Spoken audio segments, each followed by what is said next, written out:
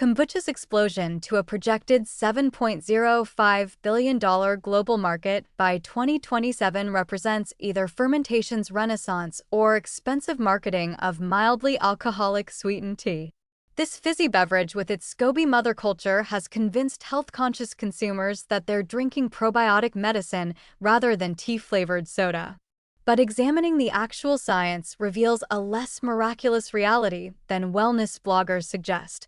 The bacterial and yeast composition of kombucha does create diverse microorganisms during fermentation. Various lactobacillus strains, acetobacter, and yeasts produce organic acids, carbon dioxide, and small amounts of alcohol. But here's what probiotic enthusiasts don't want to acknowledge. We have limited evidence that these specific bacterial strains colonize human intestines or provide benefits superior to yogurt, kefir, or other fermented foods. Gastroenterologists researching the microbiome explain that probiotic claims require strain-specific human trials demonstrating health outcomes. Most kombucha research involves laboratory studies or animal models, not human clinical trials. The handful of human studies show potential benefits for blood sugar and cholesterol, but these are small preliminary studies requiring replication. The probiotic survival through stomach acid into the intestines, a prerequisite for colonization, remains questionable for many kombucha bacteria. The sugar content reveals inconvenient truths. Commercial kombucha typically contains 4 to 8 grams of sugar per 8-ounce serving despite fermentation. Manufacturers add sugar for flavor because fully fermented kombucha tastes too sour for most Western palates. You're drinking substantially less sugar than soda, but comparing kombucha to Coke sets a low bar.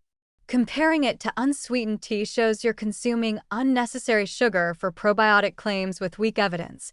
The alcohol content in kombucha complicates matters. Commercial versions labeled non-alcoholic contain up to 0.5% alcohol by volume legally. Homebrewed kombucha can reach 1 to 3%, creating a mildly alcoholic beverage. For people avoiding alcohol for health, religious, or recovery reasons, this matters. The healthy marketing obscures the alcohol content. The contamination risks in home fermentation are real. Improperly maintained SCOBY cultures can harbor harmful bacteria or mold. Several documented cases of illness traced to contaminated homebrewed kombucha.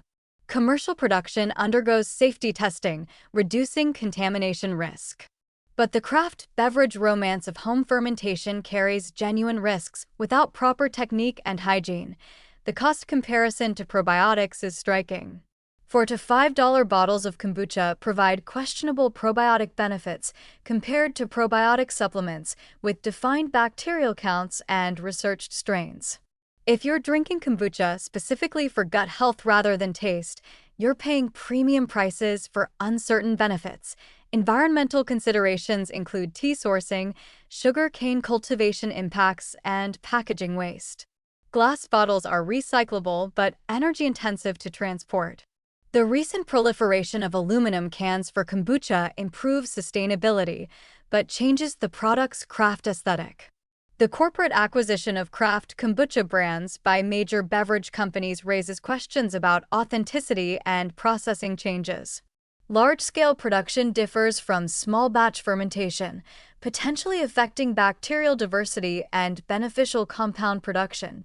Here's my assessment based on current fermentation science. Kombucha is a fizzy fermented tea with some probiotic bacteria and modest sugar content. It's not particularly harmful if you enjoy the taste and can afford it. But the health claims outpace the evidence substantially. The gut health benefits are uncertain, the probiotic strains aren't well studied in humans, and the cost doesn't justify unproven benefits. If you want reliable probiotics, eat yogurt or take supplements with researched strains. If you enjoy kombucha's taste, drink it for pleasure, not medicine.